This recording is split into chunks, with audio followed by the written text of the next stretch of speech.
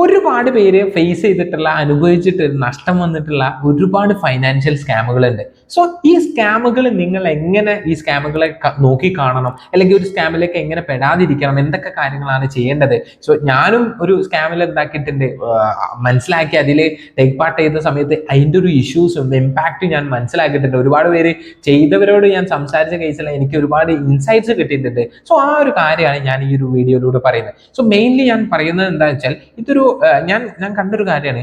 Plus two കഴിഞ്ഞാൽ degree first year ഒക്കെ ഉള്ള സ്റ്റുഡൻസിനെ ഫോക്കസ് ചെയ്തിട്ട് ഒരുപാട് ടീം ഫൈനാൻഷ്യൽ സ്കാമിന് വേണ്ടി ഒരുപാട് കാര്യങ്ങൾ സ്റ്റാർട്ട് ചെയ്തിട്ടുണ്ട്. അതായത് അവർ ചെയ്യുന്നുണ്ട്. അതായത് ഒന്ന് രണ്ട് പേരോട് ഇങ്ങനെ സംസാരിച്ച കേസിലൊക്കെ അവരൊക്കെ ഫീൽ ചെയ്തിരുന്ന, അവരൊക്കെ കേട്ടിരുന്ന, ഞാനും +2 സമയത്തൊക്കെ ഉള്ള സമയത്ത് എനിക്കും ഇതുപോലെ ഒരുപാട് കാര്യങ്ങൾ കേട്ടു. പക്ഷെ എനിക്ക് അതൊന്നും ഒരു ജെന്യുവൻലി തോന്നിയ ഒരു കാര്യമല്ല. എന്താ സംഭവം എന്ന് വെച്ച് കഴിഞ്ഞാൽ, എല്ലാ സ്കാമിന്റെയും ബേസിക്സ് ഇത്ര മാത്രമേ ഉള്ളൂ: പെട്ടെന്ന് പണം ഉണ്ടാക്കാം, ക്വിക്ലി പൈസ ഉണ്ടാക്കാം എന്നുള്ളതായിരിക്കും എല്ലാ സ്കാമിന്റെയും ഒരു മെയിൻ ഒബ്ജക്റ്റീവ് അല്ലെങ്കിൽ മെയിൻ ഗോൾ എന്നുള്ളത്. സോ ഞാനൊരു സത്യാവസ്ഥ പറഞ്ഞുതരാം, അത് പോസിബിൾ അല്ല. ലോട്ടറി അടിക്കുക എന്നല്ലാതെ അത് പോസിബിൾ ആവില്ല. ലോട്ടറി അടിക്കാൻ അത്ര ഭാഗ്യം, അത്ര വൈഡ് ഓഡിയൻസ് എന്ന് ഒരാളെ പിക്ക് ചെയ്യുന്ന പോലെ, അത്ര ലക്കി ആയിട്ടുള്ള സംഭവം പോലെ എല്ലാ ഈ സ്കാമുകൾ പറയുന്ന സാധനങ്ങളൊന്നും, അല്ലെങ്കിൽ ഇത്ര ഈസി ആയിട്ട് വേറെ ഒരു പരിപാടിയിൽ നമുക്ക് പൈസ ഏൺ ചെയ്യാൻ വേണ്ടി പറ്റൂല. അത് ആദ്യം റിയലൈസ് ചെയ്യാം.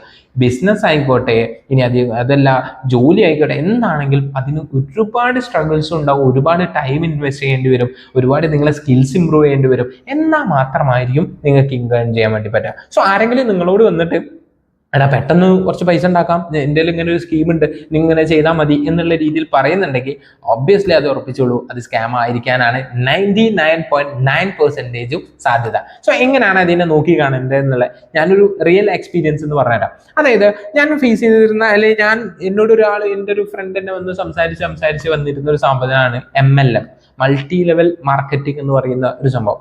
അതായത് സിമ്പിൾ ആയിട്ട് ആളെ ചേർക്കുന്ന പരിപാടി. ഇപ്പൊ എല്ലാവർക്കും കണക്ട് ആയിട്ടുണ്ടാവും. ഒരുപാട് പേര് കേട്ടിട്ടുണ്ടാവും, കേൾക്കാത്തവരുണ്ടാവും, ചെയ്തവരുണ്ടാവും, പൈസ പോയവരുണ്ടാവും, പൈസ കിട്ടിയവരുണ്ടാവും, പല കേസ് ഉണ്ടാവും.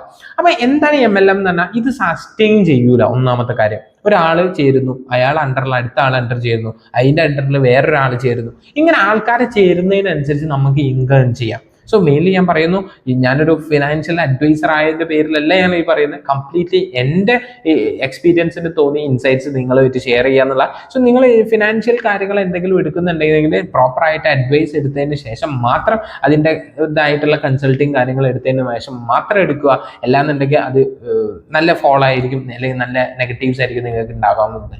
സോ നമുക്ക് നേരെ നോക്കാം. അതായത് സ്കാമിൽ വരുന്ന സമയത്താണ് ഒരു മൾട്ടി ലെവൽ മാർക്കറ്റിംഗ് എന്ന് പറയുന്നത്. അപ്പൊ ഈ ഒരു സംഭവത്തിൽ ഞാൻ എന്നോട് ഫ്രണ്ട് കമ്മ്യൂണിക്കേറ്റ് ചെയ്ത് ഫുൾ പ്ലാനും കാര്യങ്ങളൊക്കെ പറഞ്ഞു. സോ പെട്ടെന്ന് നമ്മളെ അട്രാക്ട് ചെയ്യുന്ന മെയിൻ പോയിന്റ് അവിടെ വന്നു. അതായത് എടാ ഇങ്ങനെ എത്ര ആളെ ചേർക്കുമ്പോൾ എനിക്ക് ഇത്ര എമൗണ്ട് കിട്ടും, അങ്ങനെയാണ് എനിക്ക് ഇത്ര ഇൻകം ഏൺ ചെയ്യാം, എനിക്ക് ഇത് വാങ്ങാം, അത് വാങ്ങും, കാർ വാങ്ങും, ബൈക്ക് വാങ്ങും എന്നൊക്കെയുള്ള മോഹവാഗ്ദാനങ്ങളായിരുന്നു മെയിൻ ആയിട്ടുള്ളത്. സോ ഇതായിരിക്കും അവരുടെ മെയിൻ പോയിന്റ്. അത് ശ്രദ്ധിക്കുക. അങ്ങനെ ഒരാൾ പറയുന്നത് ഒന്ന് നോട്ട് ചെയ്യുക, അത് എത്ര ഈസി ആയിട്ടുള്ള പരിപാടിയല്ല. അപ്പൊ നമ്മളൊരു ബിസിനസ്സിലേക്ക് ഇറങ്ങിയാൽ നമുക്ക് മനസ്സിലാവും എത്രത്തോളം സ്ട്രഗിൾ ഉണ്ട് ഒരു ഇൻകം ഏൺ ചെയ്യാൻ, അല്ലെങ്കിൽ ഒരു ഫ്രീലാൻസ് വർക്ക് ഒക്കെ ചെയ്യുന്ന സമയത്ത് മനസ്സിലാവും നിങ്ങൾക്ക് ഒരു ഇൻകം ഏൺ ചെയ്യാൻ. സോ അത് നിങ്ങൾ ഒരിക്കലും ഇത്ര ക്വിക്ക് ഏണിംഗ് ആയിട്ടുള്ള ഈ ഒരു സ്കാം പോലത്തെ കാര്യങ്ങളായിട്ട് നിങ്ങൾ ഒരിക്കലും കണക്ട് ചെയ്യരുത്. അത് നിങ്ങൾക്ക് ഒരിക്കലും എന്താക്കൂല. ഒരു രീതിയിൽ ഞാൻ പറയുന്ന ഒരു ക്വിക്ക് ഏൺ മണി നിങ്ങൾക്ക് മേ ബി സസ്റ്റെയിൻ ചെയ്യില്ല എന്നൊക്കെ പറയുന്നവരുണ്ട്. അതേപോലത്തെ ഇത് ഏൺ ചെയ്യാൻ വേണ്ടി കഴിയൂല.